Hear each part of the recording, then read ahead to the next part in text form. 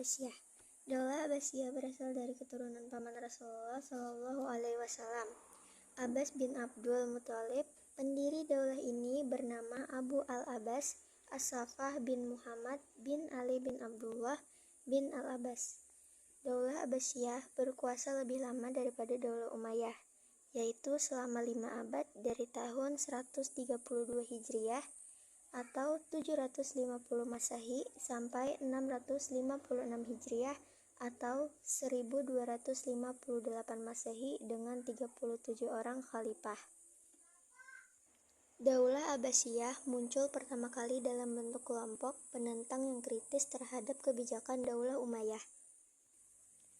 Gerakan itu didahului oleh saudara-saudara dari Bani Abbas seperti Ali bin Abdullah bin Abbas, Muhammad, serta Ibrahim al-Imam, namun mengalami kegagalan karena tertangkap setelah menjalani hukuman kurungan akibat melakukan gerakan makar. Periode Kekhalifahan Daulah Abbasiyah. Kekhalifahan Abbasiyah mengalami 3 kali pergantian penguasa, yaitu Bani Abbas, Bani Buwayhi, dan Bani Saljuk.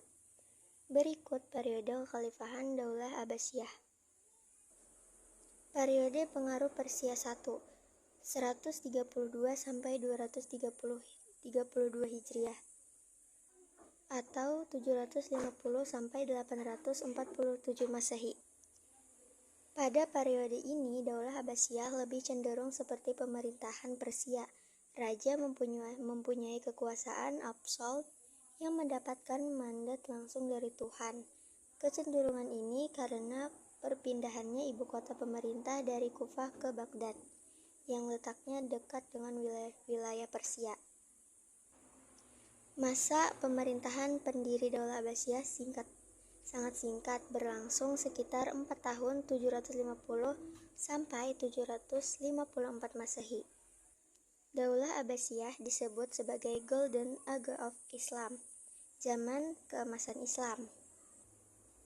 Pada periode mulai pertama ini bermunculan 4 imam mazhab, dimulai dari Imam Abu Hanifah 700 sampai 767 Masehi di Kufah, Imam Malik 713 sampai 795 Masehi di Madinah, Imam Syafi'i 767 sampai 820 Masehi di Gaza, dan Imam Ahmad bin Hanbal 780 sampai 855 Masehi di Baghdad.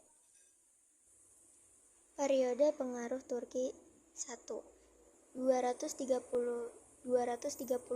sampai 334 Hijriah atau 847 sampai 945 Masehi. Pada periode ini Turki mulai mengalami kebangkitan. Ini ditandai dengan adanya orang-orang Turki memegang jabatan penting dalam pemerintahan. Terbukti dengan dibangunnya kota Samara oleh Al-Mutasim. Pilihan Al-Mutasim memasukkan unsur Turki dalam ketentaraan, dilatar belakangi oleh persaingan antar golongan Arab dan Persia sejak masa Al-Ma'mun. Periode pengaruh Persia 334 sampai 447 Hijriah atau 945 sampai 1505 Masehi. Pada periode ini, secara de facto, kekuasaan khalifah dilucuti. Ini ditandai dengan kemunculan daulah baru. Pada periode ini, kekuasaan dipegang Bani Buwayhi yang beraliran syariah.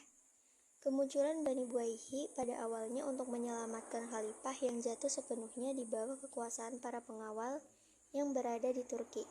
Dominasi Buwayhiyah dimulai sejak diangkatnya Ahmad bin Buwayhi oleh Khalifah Al-Mustaqfi. Sebagai jasanya dalam menyingkirkan pengawal-pengawal Turki, Ahmad bin Buwayhi diangkat sebagai Amir al-Umara dan diberi gelar Mu'izz ad-Daulah. Akan tetapi hal ini justru menjadi senjata makan tuan guna menurunkan khalifah.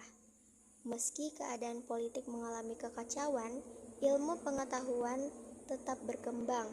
Terbukti munculnya tokoh-tokoh besar seperti Al-Farabi, Ibnu Sina, Al-Biruni, Ibnu Muskawisah dan kelompok studi Ikhwan As-Safa. Periode pengaruh Turki 447 sampai 590 Hijriah atau 1055 sampai 1909 Masehi. Pada periode ini, Daulah Abbasiyah berada di bawah kekuasaan Bani Saljuk yang berpaham Sunni. Paham tersebut sama dengan paham yang banyak dianut oleh rakyat pada masa itu. Atas permintaan Khalifah Abbasiyah, Bani Saljuk menumbangkan Bani Buwayhi dan mengambil alih kekuasaan.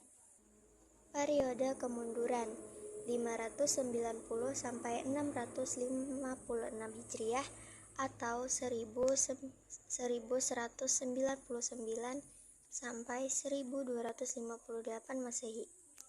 Pada periode ini, kekuasaan Abbasiyah bebas dari pengaruh kekuasaan manapun. Akan tetapi, karena sempitnya wilayah kekuasaan, yaitu di sekitar Baghdad saja, maka pemerintahan menjadi tidak efektif dan politiknya lemah. Setelah pemerintahan Mas'ud bin Muhammad, penguasa terakhir Bani Saljuk itu berakhir, kekhalifahan Abbasiyah kembali kacau. Hal ini disebabkan oleh kaum Hurmuzamiyah dari Turki di bawah kepemimpinan Sultan Alauddin Takas yang berusaha menguasai kekhalifahan Abbasiyah.